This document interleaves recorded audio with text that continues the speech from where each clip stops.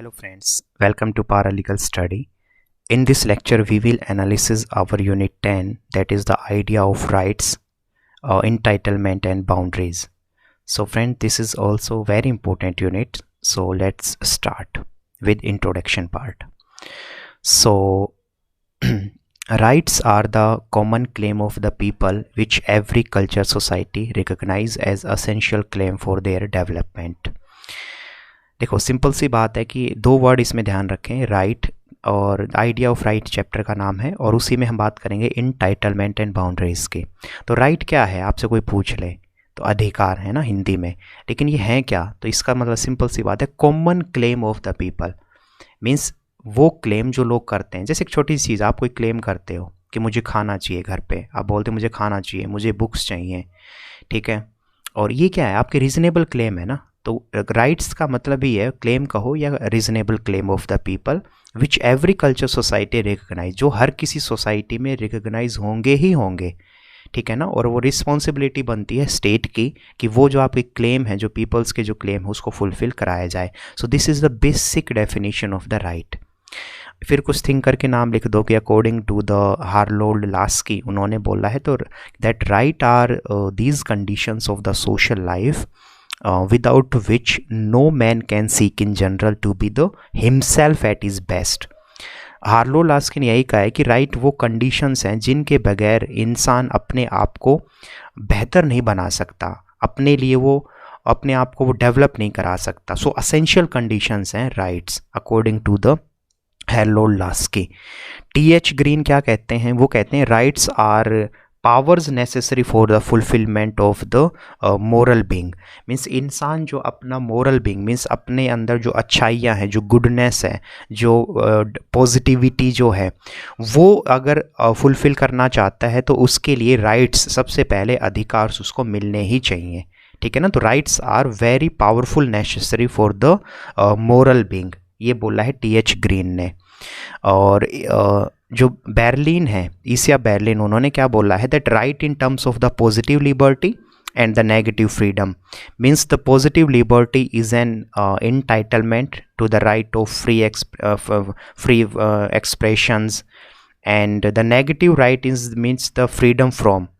देखो आप इसको रटो मत, बर्लिन ने ये बोला है कि जो राइट है ना उसमें दोनों चीज़ें आती हैं। पॉजिटिव लिबर्टी का मतलब कि आप फ्री हो, आपको फ्रीडम है, आपको स्पीच एंड एक्सप्रेशन का अधिकार है, ये जो सारी चीज़ें पॉजिटिव लिबर्टी फ्रीडम।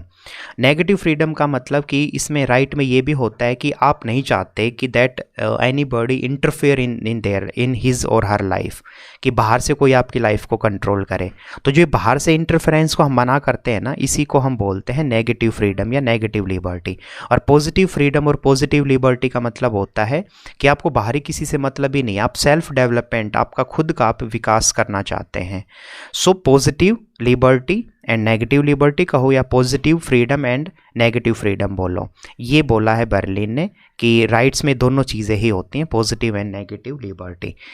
और टी.एच. ग्रीन ने क्या बोला था कि राइट्स जो हैं वो बहुत इंपॉर्टेंट है, नेसेसरी पार्ट है for fulfilment of the moral beings.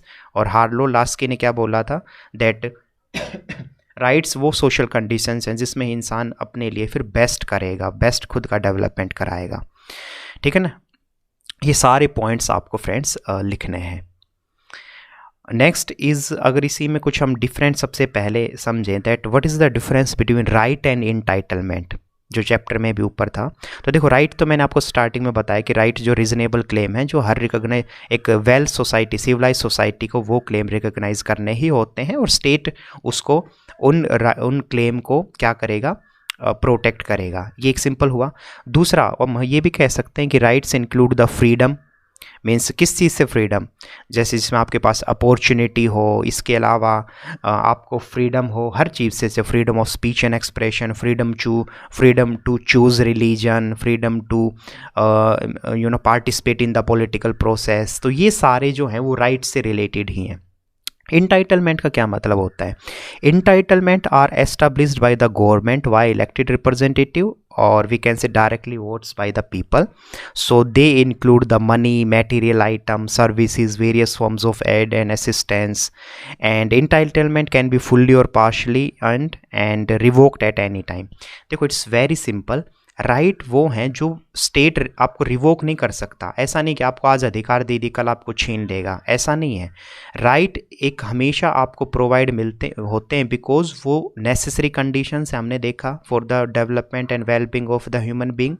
और उसमें आपको freedom of speech, freedom of to choose religion, freedom to participate in the political process, ये सारी चीज़ें मिलेंगी. तो राइट्स का दायरा बड़ा है.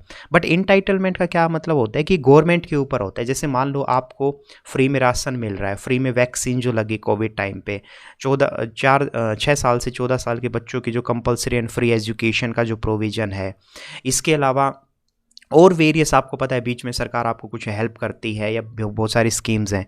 तो ये क्या है? इंटाइटलमेंट है. सो इंटाइटलमेंट में क्या होता है कि गवर्नमेंट जो है वो डायरेक्टली लोगों को मनी, मटेरियल आइटम, सर्विसेज और अदर फॉर्म ऑफ असिस्टेंस जो है वो प्रोवाइड करती है. और इंटाइटलमेंट को कभी भी रिवोक्ड किया जा सकता है. ठीक है, मीन्स वो सरकार चाहे तो वो उसको ख़त्म भी कर सकती है उन इंटाइटल्स को. ठीक है ना. तो राइट एंड इंटाइटल में आपको अंतर अच्छे से पता होना चाहिए फ्रेंड्स. तो राइट और इंटाइटलमेंट हो गया. नेक्स्ट हमारा जो टॉपिक है वो है type of rights. Different type of right क्या है? तो the first important right is the natural right. इसमें सबसे पहले कुछ थिंकर हैं जैसे जॉन लॉक हुए, थॉमस जेफरसन एंड अरिस्टोटल. ये सारे जो थिंकर हैं ये नेचुरल राइट को फेवर करते हैं. और नेचुरल राइट का सिंपल सा मतलब ही ये है that every human being is equal, है ना, in the I of the law, in the I of the nature, in the I of the God. तो प्रकृति का जो नियम है, नेचर का जो लॉ है, गॉड का जो, भगवान का जो सिद्धांत है, उसमें सभी लोग इक्वल हैं. ये है नेचुरल राइट का कॉन्सेप्ट. और इसका उसमें 3 इंपॉर्टेंट आते हैं. 3 important part of the natural rights are the right to life, right to liberty and right to property. ठीक है ना. तो ये जो 3 इंपॉर्टेंट है कि जीने का अधिकार और वही फ्रीडम, सभी जो हैं वो फ्रीडम है, तो right to liberty and right to property, ये नेचुरल राइट हैं. और इसमें मैंने बोला कि जॉन लॉक जो हैं एंड थॉमस जेफरसन, अरिस्टोटल, ये सारे पॉइंट आप लिखोगे नेचुरल राइट्स में. और नेचुरल राइट क्या है कि हर एक इंसान फ्री है in the I of the nature, कि प्रकृति ने ही सभी को इक्वल बनाया है. तो आप उनको ये 3 राइट तो दोगे ही दोगे. सॉरी, मतलब दोगे ही ये कहना गलत है, मीन्स ये तो 3 राइट इंसान को मिलेंगे ही मिलेंगे क्योंकि ये नेचुरल राइट हैं. नेक्स्ट है मोरल राइट. मोरल राइट का क्या मतलब होता है? Moral right are based on the human consciousness. We can say these are based on the human sense of the goodness and justice. So these are not associated by the force of law, but if we can say it, if any person disrupts any moral right, no legal action can be taken against him, and state does not enforce these right. देखो it's very simple friends. आप एक चीज़ समझो, moral right का मतलब, अब मैं आपसे कहूँ कि यार आपको ना मेहनत करनी चाहिए, आप रिस्पेक्ट करिए अपने पेरेंट्स की, ठीक है, लड़कियों की, आप हमेशा सच बोलिए, ठीक है, मीन्स गुडनेस की वे में मैं बात करूं कि आप मेहनत करिए, अच्छी बातें हैं ना ये, मीन्स आपकी मोरल राइट है. तो मोरल राइट अगर आप नहीं करते हैं तो मैं आपको कोर्ट में नहीं, आपके खिलाफ केस नहीं डाल सकता, है ना. तो सिंपल सी बात है कि मोरल राइट बस वो है जो based on the humans values, human ideals, human जो कॉन्शियसनेस जो है, हम क्या कह सकते हैं उसको, अंतरात्मा की जो आवाज़ है, ठीक है ना, मोरल राइट उसके आधार पे होते हैं. और इसको आप फोर्सफुली आप लागू नहीं करवा सकते. गुड कंडक्ट हुआ, जैसे मोरल आपका बिहेवियर हुआ, आप किस तरीके से बात करते हैं, किस तरीके से आप अपने आप को एक्सप्रेस करते हैं, आप लोगों के साथ कैसा बर्ताव करते हैं, ये जो सारी चीज़ें हैं ये मोरल राइट के अंदर आती हैं, है ना. और इसको कोई इन्फोर्स नहीं करा सकता. ये खुद की अपनी हमारी रिस्पॉन्सिबिलिटी होती है कि मोरली हम सबके साथ अच्छे से बात करें, इक्वल समझे सबको. Next one is the friends legal right. नाम से ही समझ आ रहा है, these rights which are recognised by the constitution और द लॉ और we can say by the court. ठीक है, तो वो सारे आएंगे लीगल राइट में. और जो कॉन्स्टिट्यूशन, जो लॉ, जो हमारी जो मीन्स जो जैसे हमारे यहाँ पे पार्लियामेंट कानून बनाती है, तो वो जो पर्टिकुलर लॉ हैं जितने भी, वो सारे लीगल राइट के फॉर्म में आएंगे. तो यहाँ पे है जैसे फॉर एग्जांपल कि हमें वोटिंग करने का राइट है, ये जो सारी जो चीज़ें हैं, और भी बहुत सारे ऐसे पॉइंट्स हैं। तो लीगल राइट मतलब सिंपल सी बात है, जिनको कोर्ट, जिनको कॉन्स्टिट्यूशन, जिनको जो हमारी रिप्रेजेंटेटिव गवर्नमेंट है वो जिनको बनाती है, वो सब आएंगे लीगल राइट्स में। और इसमें यही होता है कि लीगल राइट में क्या होता है, all citizens follow legal right without any discrimination. 3 important legal right हैं, civil right, political right and economical right. नाम से ही समझ आ रहा है, सिविल राइट का मतलब है right to life, right to liberty and all people are equal. Article जो 14 है, that all people are equal before the law, वो सिविल राइट की बात करता है कि सभी लोग बराबर हैं, ये हमारे कॉन्स्टिट्यूशन में है, तो सिविल राइट हुआ। पॉलिटिकल राइट मतलब आपको वोटिंग करने का राइट है, आपको पब्लिक में पार्टिसिपेट, गवर्नमेंट पॉलिसीज़ में पार्टिसिपेट करने का राइट है, गवर्नमेंट को क्रिटिसाइज़ करने का राइट है, ये सब क्या हुआ, पॉलिटिकल राइट। इकोनॉमिकल राइट का मतलब आप अपनी अपॉर्चुनिटी, आप जो भी जॉब करना चाहते हैं वो सारी चीज़ें। और सेम जैसे आपको गवर्नमेंट जो फंड प्रोवाइड करती है कई बार, जैसे गरीबों को राशन प्रोवाइड करना, इसके अलावा किसी को मेडिकल ट्रीटमेंट और है फूड शेल्टर, ये सारी चीज़ें प्रोवाइड करना, और डिसेबल्ड पुअर जो पीपल्स हैं उनको कुछ ऐसी चीज़ें प्रोवाइड करना, ये सारे आएंगे इकोनॉमिक राइट्स में। ठीक है ना, तो लीगल राइट के अंदर ही ये 3 राइट हैं, civil right, political right and the economical right. Next है फ्रेंड्स ह्यूमन राइट। तो ये अभी लेटेस्ट में आपको पता ही है कि ह्यूमन राइट्स जो बहुत इंपॉर्टेंट टॉपिक बन चुका है, and human right are protected and supported by the international and national laws and treaties. और उसमें जो ह्यूमन राइट को प्रोटेक्ट जो करता है, या जो उसके लिए सबसे पावरफुल जो पिलर है फ्रेंड्स, वो है the universal declaration of the human right, जिसको UDHR भी हम बोलते हैं। वो is the first international document that based on the human right, जो cultural right, economical, political, civils, means पूरी दुनिया में हर ह्यूमन बीइंग को कुछ सर्टेन ऑफ राइट्स मिलने चाहिए, ये बोला गया है universal declaration on human right में। और अभी ये जो राइट है human rights, they are universal right in the sense that they belongs to the all human beings without any discrimination on the basis of nation, race, religion, gender and caste etcetera. So human right जो है वो basic right हैं जिसमें हर इंसान को equally treat किया जाएगा। So all these are the different type of rights, जिसमें ह्यूमन राइट की बात की हमने, उससे ऊपर लीगल राइट में 3 देखे, civil right, political right, economical right, उससे ऊपर था मोरल राइट, एंड उससे ऊपर था नेचुरल राइट। सो ये सारे टाइप के हमारे राइट हुए फ्रेंड्स। नेक्स्ट है हमारा टॉपिक थ्योरी ऑफ राइट्स। तो इसमें क्या है, सबसे पहले है theory of natural right. So the theory is based on the assumptions that certain rights belongs to the man by nature and by God itself. तो नाम से ही मैंने आपको ऊपर भी बताया था कि थ्योरी ऑफ जो नेचुरल राइट की जो थ्योरी है वो ये कहती है कि कुछ सर्टेन जो राइट्स हैं वो गॉड ने, नेचर ने हर किसी को दिए हैं, और वो हर किसी को मिलने ही चाहिए बाय बर्थ। ठीक है ना, तो हॉब्स ने भी यही बोला है that idea of man is a state of nature. He argued that the essential natural right are to use his own power as he will himself. Simple सी बात है, हॉब्स ने ये कहा है कि आप प्रकृति ने, गॉड ने ही आपको इक्वल बनाया है, सो आपके अंदर ये आपका राइट है कि आप खुद को डेवलप कराएं, खुद की जो पर्सनैलिटी है, खुद का जो वेलफेयर है वो कराएं और अपने आप को बेहतर बनाएं।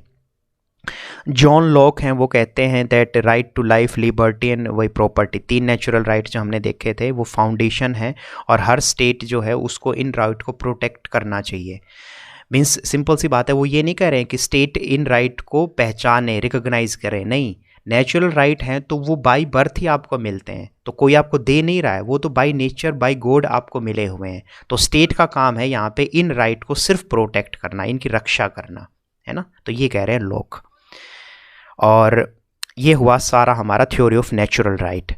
नेक्स्ट है फ्रेंड्स हिस्टोरिकल, जस्ट या इसी में ही अगर आप लीगल राइट भी चाहें तो वो मैं आपको बता चुका हूँ। The legal right of theory जो है ये पॉइंट आउट करती है that according to this theory right are created and maintained by the state. और जिसमें जो बेंथम है वो सबसे इम्पोर्टेंट बोलते हैं, वो कहते हैं कि जो स्टेट आपको राइट देता है या कॉन्स्टिट्यूशन इटसेल्फ जो आपको राइट देता है वो सब आएंगे लीगल थ्योरी ऑफ राइट में।